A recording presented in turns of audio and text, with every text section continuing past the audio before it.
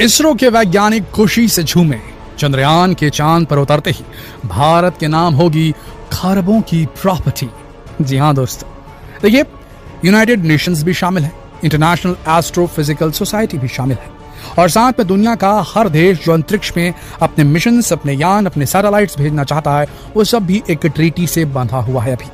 लेकिन हाँ, ये ट्रीटी कोई 100% श्योर शॉट नहीं है। लेकिन अभी की स्थिति में अगर देखा जाए तो अंतरिक्ष की किसी भी सेलेस्टियल बॉडी यानी कि अंतरिक्षीय पिंड पर, फिर चाहे वो चंद्रमा हो, मंगल हो, कोई और ग्रह हो, सूरज हो या फिर छोटे छोटे आते कॉमेट्स, एस्टेरॉइड्स, किसी भी जगह पर किसी भी देश का एकाधिकार नहीं हो सकता। इस बात को इंटरनेशनली एक्सेप्ट किया गया है अभी तक। लेकिन दोस्तों, ये बात तो बहुत पहले से चलती आई है। इंसान की प्रवृत्ति कुछ और ही है और पावर अपने तरफ खींचती है लालच के साथ इंसान को। जिस दिन चंद्रमा पर ये अलग अलग देश उतरेंगे और इनके गुट बनने शुरू होंगे तो डेफिनेटली आप देखना शुरू करेंगे कि मैं यहाँ पहले उतरा, मेरा यहाँ बेस हो गया तो ये जगह मेरी हो गई। कब्जा तो हर जगह चलता है, चांद पर भी ऐसा ही होगा। लेकिन दोस्तों, अभी एक ऐसा ही एक और छोटा सा एक बोलना चाहिए कि एक ट्रीटी मान के चलिए, इसे कोई कानून नहीं है इंटरनेशनल, लेकिन एक ट्रीटी है जिसमें यह कहा गया है कि जो भी देश चंद्रमा पर उतरेगा वो जिस जगह पर उतरा है उस जगह को उस देश के नाम से कल्चरल हेरिटेज साइट घोषित कर दिया जाएगा। जिस प्रकार से जहां पर इंसान के पहले कदम रखे नासा के एस्ट्रोनॉट नील आर्मस्ट्रांग ने, वो जगह ट्रैंक्विलिटी बेस कहलाती है। और उस जगह पर अगर कल को जाकर चंद्रमा पर बस्तियां बसी तो वो जगह जो है वो अमेरिका की ही कहलाएगी और उसी के ही कल्चर को वहां पर शो करेगी। एक रियलिटी है।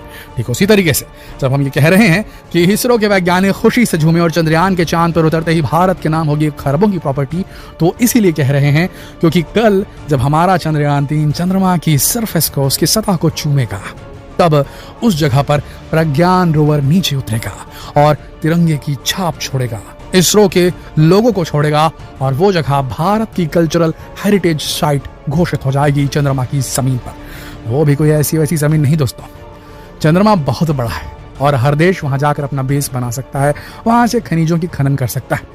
लेकिन साउथ पोल वैसी ही प्रॉपर्टी है जैसे आपके शहर में सिटी सेंटर होगा, सराफा बाजार होगा, मार्केट एरिया होगा जहां के जमीन की कीमत आसमान छूती होगी। जी हाँ, चंद्रमा में हर जगह पानी की अवेलेबिलिटी शायद नहीं है, ये एक रियलिटी है। चंद्रमा में सबसे ज्यादा पानी की जो खोज होने की संभावना है वो साउथ पोल पर है और जहां पानी होगा वहीं चंद्रमा पर हम जीवन बसा सकेंगे और वहीं से हम खनिजों को खोद कर निकाल पाएंगे और एक संभ्रांत भविष्य बना सकेंगे।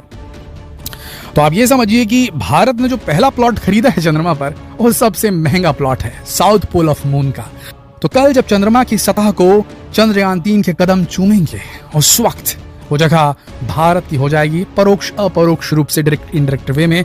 और कल को जब भारत के दूसरे एस्ट्रोनॉट जाएंगे चंद्रमा की सतह पर तो वो जगह भारत की कहलाएगी, भारत को रिप्रेजेंट करेगी और उस इलाके में पानी बहुतायत में मौजूद है, ये हम सब जानते हैं। तो ना सिर्फ चंद्रयान 3 को उस जगह का एक्सेस मिल चुका है बल्कि चंद्रयान 3 उस जगह पर उतरने की जो प्रॉब्लम्स हैं, जो डिफिकल्टीज हैं, जो मुसीबतें, जो मुश्किलात उसने फेस करेगी, जो करने वाला है भी। चंद्रयान 2 के दौरान हम कर चुके हैं। चंद्रयान 3 जब सक्सेसफुल सॉफ्ट लैंडिंग हो जाएगी तब उस जगह कैसे उतरते हैं इसकी टेक्नोलॉजी अब इसरो के पास और सिर्फ इसरो के पास होगी, ये कहा जा सकता है। एटलीस्ट एक्सपीरियंस तो सिर्फ इसरो के पास होगा। नंबर 1 कंट्रीज, पहली कंट्री बन जाएगी भारत चंद्रमा के साउथ पोल पर उतरने वाली और उसके बाद सबसे ज्यादा रिसर्च भी भारत ही कर पाएगा। पहले उतरा तो पहले वही करेगा ना। उसके बाद दूसरे मिशन आएंगे, चंद्रयान 4 आएगा, 5 आएगा, 6 आएगा, गगनयान आएगा। हमारे अंतरिक्ष यात्री कल को चंद्रमा पर उतरेंगे और वहां पर हमारा जो एक्सपीरियंस है साउथ पोल को हैंडल करने का वो हमें एज देगा, एडवांटेज देगा, हमें बढ़त देगा दूसरे कंट्रीज की बनिस्बत और हम शायद वहां मौजूद उन वैल्यूएबल चीजों को खोद कर अपने देश तक ला पाएंगे और एक भविष्य हमारा बनेगा। तो अगर हम ये कहें कि चंद्रयान के चांद पर उतरते ही भारत के नाम होगी खरबों की प्रॉपर्टी तो ये बिल्कुल गलत नहीं होगा दोस्तों।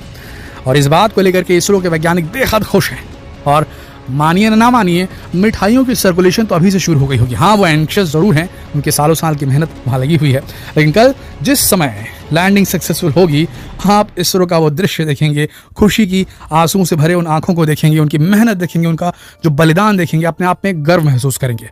तो उस चीज़ को महसूस करने के लिए आप बने रहिए हमारे इस चैनल के साथ, सब्सक्राइब करें नॉलेज टीवी हिंदी, प्रेस कीजिए हमारा बेल आइकन। जल्द हम आपसे मिलते हैं कल उस बेहतरीन इवेंट को कवर करते हुए।